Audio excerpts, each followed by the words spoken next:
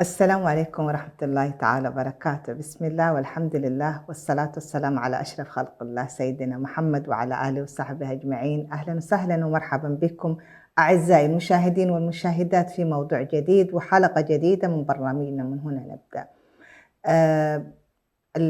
هنالك عوامل كثيرة تؤثر في التنشئة الاجتماعية بالنسبة للطفل، ومن ضمن هذه العوامل اللي هي يعني مركز الطفل في الأسرة، يعني مثلا الطفل الأول، الطفل الثاني، الطفل الأصغر، الطفل الوحيد. فهذه كل الأشياء لها علاقة ولها تأثير حقيقة في عملية التنشئة بالنسبة للطفل. وإن شاء الله حتكون عندنا سلسلة من هذه العوامل، من ضمنها اللي هي مركز الطفل. يعني حنبدأ اليوم إن شاء الله أولا بالطفل الأول، يعني كيف يؤثر الطفل الأول في عملية التنشئة بالنسبة مركزه باعتباره هو الأول، يؤثر في تنشئته ويؤثر في سلوكه ويؤثر في أشياء كثيرة. الطفل الأول هو أول فرحة أول بالنسبة للأسرة، وهي أول تجربة من ناحية التربية، من ناحية أول فرحة وأول تجربة إن الأم والأب ما يكون عندهم خبرة سابقة كيف يربي ابنهم، مهما درسوا هذا المجال وتعلموا، لكن في واقع التعامل غير.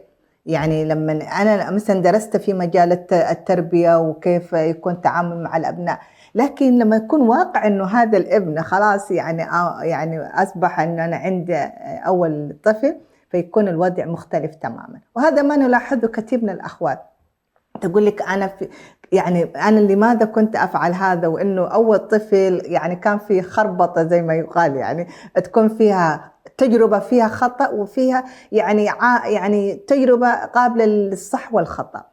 النقطة الثانية اللي هو يكون يلبى جميع احتياجاته. يعني طبعا الطفل الأول تجد أنه من وقت مبكر الأسرة ليس فقط الأم وأب اللي هم الوالدين، حتى الجد والجدة، العائلة كلها ما شاء الله يعني تكون احتياجاته كلها يعني كل الالتزامات وكل ما يحتاجه هذا الطفل تكون هي بالنسبة له موفرة. هي يكون محطة أنظار الوالدين، ليس فقط محطة أنظار الوالدين، حتى العائلة، خاصة لو كان أول ابن بالنسبة لهم أو أول بنت تتزوج من العائلة، فيكون أول حفيد مكانته غير. يعني خاصة الجد والجدة تجد أنه في حماية زايدة، في يعني يكون في تدليل، يعني الدلال، أنه هو مثلا اللي يكون يعني ما شاء الله يعني كل شيء ملبى، يعني الطفل يكون ما شاء الله يعني أمير وملك يعني في هذه الأسرة. تجد أنه في علم النفس النمو والدراسات توضح أنه الطفل الأول يكون سريع في المشي، ويكون هو سريع يعني حتى في الجلوس والكلام، يميل إلى القيادة والسيطرة، وأنه يكون هو على حسب الدراسات الموجودة يكون هو أصغر حجما وأقل وزنا. هذه كل امتيازات أو كل ما يتعلق بالطفل الأول، وهي زي ما ذكرت هي مجال للخطأ والمحاولة اللي هي أن يتعلم الوالدين كيف يتعامل معه، وهذه أول فرحة.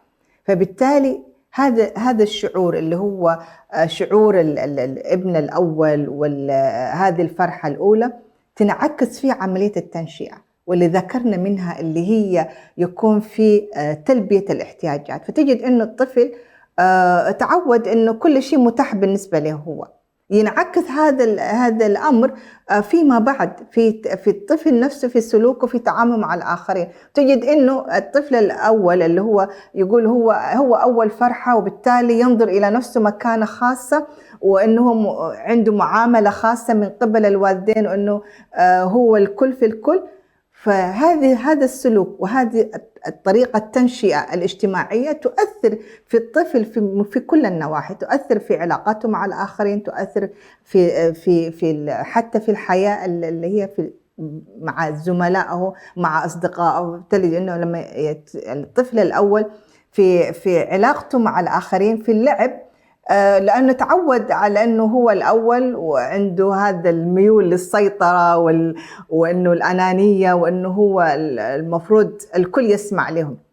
فتجد أنه بيأثر في عملية توافق عملية التعلم نفسها، عملية أنه هو يكون يخضع للنظام، إذا كان هذا النظام في النادي، في المدرسة، أو حتى في داخل الأسرة. يعني أنا لاحظت هذا الأمر ليس فقط في مجال الدراسة أو في مجال اللي أنا أدرس فيه، لا، حتى في واقع أسرنا، في واقع يعني الأقارب والأهل.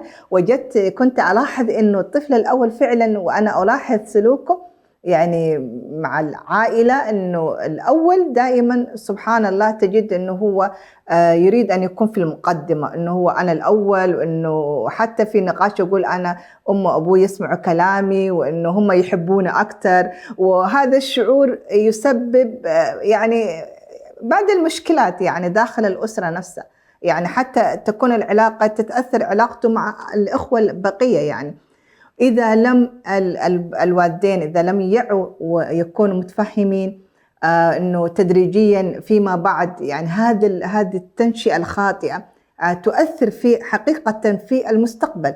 فلا بد إنه نحن الآن نعرف إنه بما إنه هذه كانت أول تجربة، وإنه هاي أول فرحة، لكن هذا لا يعني إن نحن نخفق في هذا الأمر. لابد أن نتدارك هذا الأمر. وهذه رسالتي ربما بشكل خاص للمقبلين واللي هم الآن إن شاء الله يعني على أعتاب إنه ربنا يرزقهم بالابن الأول وأول فرحة، إنه نحن نتعلم إنه ما نكرر مثل هذه الأخطاء، وإنه ندرك إنه كل السلوك نحن نربي عليه الأبناء تكون عنده نتائجه وعواقبه تكون فيما بعد. فبالتالي كيف نحن ننتبه ونكون واعيين جدا. وهذا ما يعني نحن دائما نناشد ونتحدث في موضوع ان احنا كوالدين لابد ان تكون عندنا الحكمة، وتكون عندنا هذا الوعي وهذا الادراك، وان احنا صحيح هي تجربة حديثة، لكن لابد أن على الأقل ما يمكن معالجته، ما يمكن تداركه، ما يمكن احتوائه من خلال هذه الحلقات، ومن خلال وكثير منها البرامج المتوفرة الآن في ما شاء الله في الإنترنت، أصبح كل شيء متاح. فلا بد أنه لا نكرر أخطاء اللي سبقونا. وأن نجد في كثير من الجلسات الاستشارية إنه كثير من الأمهات يعني يندموا، وإنه تقول لك أنا ندمانة، وأنا يعني أنا ما كنت أفتكر إنه هذا السلوك كان سلوك صحيح، وإن أنا أربي ابني. فحتى يعني حتى لا نكرر أخطاء الآخرين نستفيد ونتعلم. وهذا ما يعني يمكن نحن ما نشير إليه، أو يعني ضمن أهم يعني اهتماماتنا في هذا البرنامج. نحن هذا البرنامج هو يعني برنامج إرشادي، إنه نذكر بعضنا البعض ونحن نتعلم منه، وتكون هي رسالة للجميع. وصلنا لختام هذه الحلقة من موضوع اللي هي مركز الطفل وتأثيره في عملية التنشئة الاجتماعية. إن شاء الله نكمل في مركز آخر، هم الطفل اللي هو الأصغر والطفل الوحيد، إن شاء الله في الحلقة القادمة. إلى أن نلقاكم نستودعكم الله، والسلام عليكم ورحمة الله تعالى وبركاته.